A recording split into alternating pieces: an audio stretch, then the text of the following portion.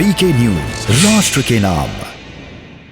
रूस और यूक्रेन के बीच चल रहे युद्ध पर इस समय पूरे विश्व की निगाहें हैं, लेकिन दुनिया की एक और छोर पर किसी और देशों के बीच में लंबे अरसे से चल रहे संघर्ष को लेकर हर दूसरे दिन हिंसक झड़प की खबरें सामने आती रहती हैं। हम बात कर रहे हैं इजराइल और फिलिस्तीन के विवाद की। दोनों ही देशों के बीच रमज़ान को लेकर कुछ रियायतें दी गई थी, लेकिन इसमें भी खूनी संग्राम देखने को मिला है। आखिर क्यों, आगे हम आपको इस वीडियो में दिखाएंगे। नमस्कार, जय हिंद, वीके न्यूज़ देख रहे हैं आप। मैं हूं आपके साथ अमर। इजराइल और फिलिस्तीन के बीच जारी विवाद में आज कोई नई बात नहीं है, बल्कि कई सालों से ये विवाद चलता आ रहा है। लंबे समय से ये विवाद चल रहा है और ये विवाद किसी से छुपा नहीं है। लंबे अरसे से चल रहे विवाद में कई मासूम लोगों की जान चली गई, कई लोगों ने मजबूरन अपना घर छोड़ दिया। सालों के संघर्ष में कई लोगों की जिंदगी बर्बाद हो गई, लेकिन दोनों ही देशों के बीच संग्राम बदस्तूर जारी है। रमज़ान के पाक महीने की बात कर लेते हैं। यहाँ पर इस महीने में कुछ रियायतें दी गई थी, लेकिन दोनों ही देशों के बीच हिंसक झड़प देखने को मिली है। दरअसल ये पूरा मामला तब पेश आया जब इस्लाम के तीसरे सबसे पवित्र स्थल यरूशलेम के अल अक्सा मस्जिद में रमज़ान के मौके पर इजरायली सैनिकों और फिलिस्तीनियों के बीच में हिंसक झड़प की खबरें सामने आने लगी। बता दें कि आज के दिन ही हिंसा हुई और उसके बाद 67 फिलिस्तीनी नागरिक बुरी तरह से जख्मी हो गए। इजराइल अल अक्सा मस्जिद पर अपना अधिकार मानता है। आपको बता दें कि इस दौरान इजराइल कहता है कि उसने मस्जिद में फिलिस्तीनियों के प्रवेश पर प्रतिबंध लगा रखा है। हालांकि रमज़ान के दौरान सुबह की नमाज के लिए मस्जिद में हज़ारों की संख्या में नमाजी जमा हुए थे, जिस दौरान हिंसा हुई है।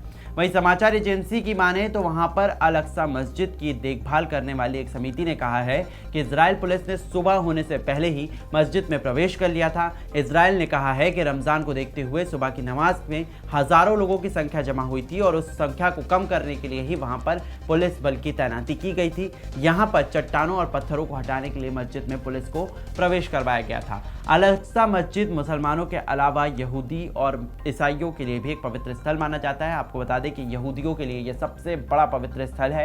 यह मस्जिद इजराइल और फिलिस्तीनियों के बीच दशकों से चल रहे संघर्ष का एक केंद्र है।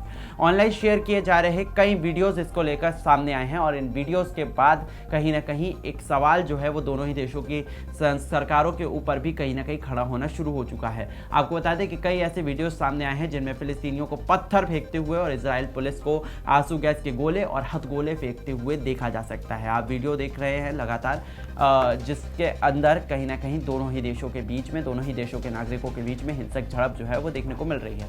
कुछ वीडियोस ऐसे भी सामने आ रहे हैं जिसमें आंसू गैस के प्रभाव से बचने के लिए लोगों को मस्जिदों में छिपते हुए देखा जा सकता है।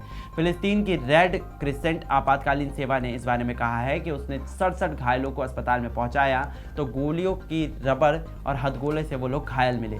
रेड क्रिसेंट ने इस बारे में कहा है कि साइट पर एक गार्ड की आंख में रबड़ भी मारी गई है, लेकिन कहीं ना कहीं इस पूरे वारदात के दौरान, इस पूरी घटना के दौरान 67 जो फिलिस्तीनी नागरिक हैं वो पूरी तरह से घायल हो चुके हैं। फिलिस्तीन की सरकार अब कहीं ना कहीं इजराइल की सरकार के ऊपर सवाल भी खड़े कर रही है। इजराइल की तरफ से भी लगातार इस चीज़ की मांग की जा रही है। इजराइल की तरफ से भी लगातार अब अपनी सरकार के लिए और अपने एक्शन के लिए सफाई जो है वो दी जा रही है। लेकिन सबसे बड़ा जो सवाल इस पूरी अंतर्राष्ट्रीय खबर के ऊपर वो उठ खड़ा होता है, जो सवाल जो निकल कर सामने आता है वो यही कि आखिरकार इन देशों के बीच में चल रहा लंबे समय से संघर्ष आखिरकार किस डगर पर जाकर रुकेगा, क्योंकि रूस और यूक्रेन के बीच में भी सामान्य तौर पर ऐसा ही संघर्ष देखने को मिल रहा है और अभी तक वो संघर्ष पर विराम नहीं लगा है। इजराइल और फिलिस्तीन पर पिछले सालों में भी हमने जंग की तस्वीरें देखी हैं। हालांकि कुछ समय के लिए ये युद्ध जो है वो रुक जाता है, लेकिन इजराइल के अंदर फिलिस्तीनियों की घुसपैठ भी लगातार बदस्तूर जारी है। इस खबर के बारे में आपका क्या कुछ कहना है? क्या आपको ऐसा लगता है कि फिलिस्तीनियों ने